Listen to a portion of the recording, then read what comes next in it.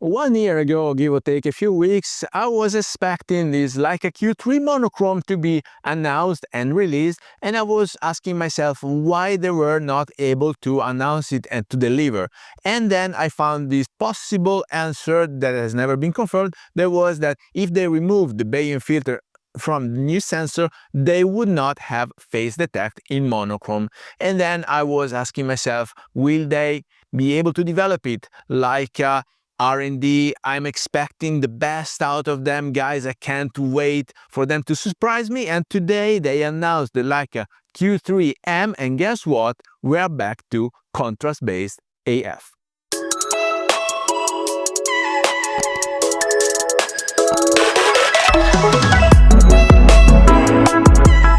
Hello everybody, welcome back to the channel. Thomas Love here from One Lens Only, and I don't know for how long you've been following the channel. If you do it for a while, you know that I'm very fond of shooting monochrome because it's a great thing, because focusing on luminance only frees you from the distractions that you get from the color, from the saturation, and so you focus on composing your photo to the best you can. And also low light situations, well, it over delivers because monochrome sensors are way outperforming any Bayesian filter camera you can get out there. And in particular, if you know that I'm very spoiled when it comes down to image quality, you know that I loved my Leica Q2. It was the base version, not the monochrome. And of course, I followed the Q2M release, the Q3, and then I started being a bit distracted because with the Q3 you have the triple definition, 60 megapixel, 36 megapixel, 18 megapixel, which I don't think we need because the Q2 had 47. There was more than enough eventually to crop in. And then they eventually announced also the new glass, the 43 mil f2 instead of the 28 f1.7 that I had on my Q2. And so you have plenty of variations, give or take, on that very body. Why do I love the Leica Q series? Because in a very compact body, for the price that you would pay normally a Samilux glass, you have a whole camera included in the price. And then you have an EVF you can adjust with the diopter, and you have autofocusing, which is, I have to say, a good help, especially if you come from the rangefinder era. I used the rangefinder, I used the little Pixie for a while, paired with Zeiss M-mount glasses, and I loved it, and I loved the monochrome composition and results I had with that one. But if we are here today, it's because I have to answer this very question, whether the Leica Q3 M is really worth it, or if the Q2M is the best deal, because the Q3M, give or take, costs $7,900 plus shipping and taxes. I don't know about the import duties, how it works, the commissions, whatever. While the Q2M can be found for $4,500. And so it's not half the price, but more or less it's way cheaper for the same end result, which is the delivery of good image quality photos, black and white, with as much dynamic range you can get, and with the chances of leveraging on the highlights, on the shadows, on the black and white, reasoning on luminance, and then you have 47 megapixel instead of 60. So if it was for me right now and I needed a monochrome camera, which I don't at the moment, I would go for the Leica Q2 for a few main reasons. Well, first is that I don't need a triple resolution. I think it's overcomplicating your life. Feel free to get along with it if you love it, but in my humble opinion, I would not need it. So 47 megapixel from the Leica Q2, it's more than plenty. And then the second thing is that you don't even have phase detect. Now, you don't buy that camera for recording videos, but since it's 2025, well, you want to have phase detect. You don't want to get mad, have to confirm critical focus, whatever. And especially on the 28 mil glass, which is the same Samilux they had in the Leica Q and in the original Q2, this Q3 M doesn't give you any chances of shooting zone focusing because it passes from 2 meters to infinite right away. There is no 5 and 10 meters in the middle like we used to have on Leica M glasses, especially on the Zeiss one, which I loved and appreciated, or on the Voigtlander, not to mention the Leica glasses. So you cannot go with zone focusing. So you have to use the autofocus mechanism, which is still based on contrast.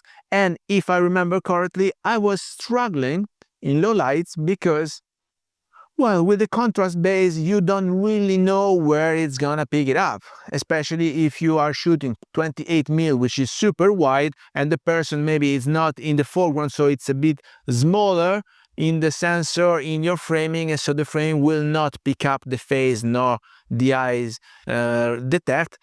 And so you're relying on the contrast base. Now, I remember I used to also shoot from the hips with my Leica Q2, so let's assume it was hanging from my neck here with the strap. I was just doing like that in order to see the display, and then it's a point and shoot. Literally, it was a point and shoot because you would focus on the part of the display where you were pressing and eventually also release the shutter. So it was really a comfortable point and shoot mechanism I used to have on the Leica Q2, but sometimes it failed me because I have big hands, and so it would not recognize where I was pointing, or it was not able to find any contrast, any relevant contrast in that very point, and so I had to switch. Instead of having the cross indicating the point when I wanted to point and shoot, I had to go for the little box. Now, I don't know if you ever used the Leica Q or Q2 or Q3 in your life, but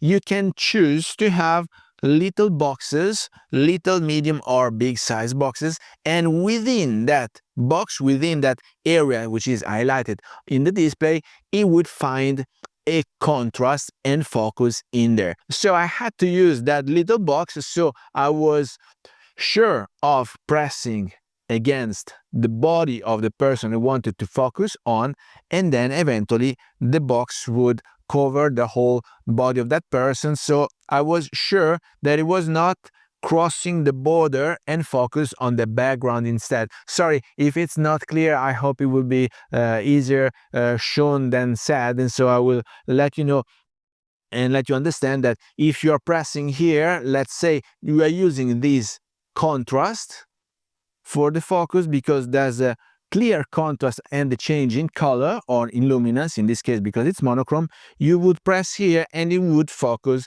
directly on this line which marks the threshold between the person and the background. And so this Q3 is not adding anything to the Q2, and so this is my very question: why should I go for that body, which I don't like particularly because also the flippy screen is standing out, while in the Q2 it was integrated, it was flat, the back of the camera, and it was also stunning, also solid, and also weather resistant, because also the weather resistance, despite they certify also the Leica Q3 as weather resistant, it kind of is a bit less than the Q2 because the Q2 is a brick. There's no way anything can enter in that camera, so no dust, no moisture, no nothing. So what are you going for? Like a Q3M or Q2M? If you didn't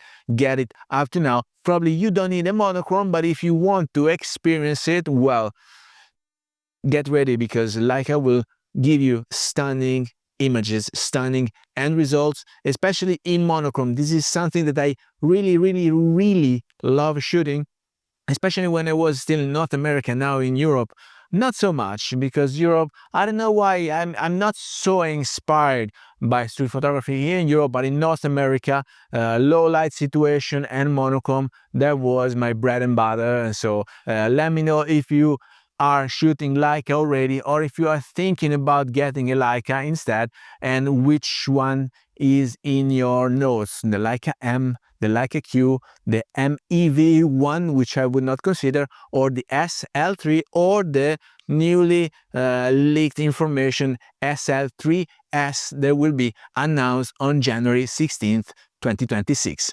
So guys, please let me know down here in the comments if you have any question about Leicas, about Leica Qs, Q2s, Q3s, monochrome shooting, so on and so forth. And with that, I hope you got some value out of this video. If you did, please remember to like it, share it on your social media, subscribe to the channel so you won't miss any videos to come, and I guess I will see you later. Thank you. Bye-bye.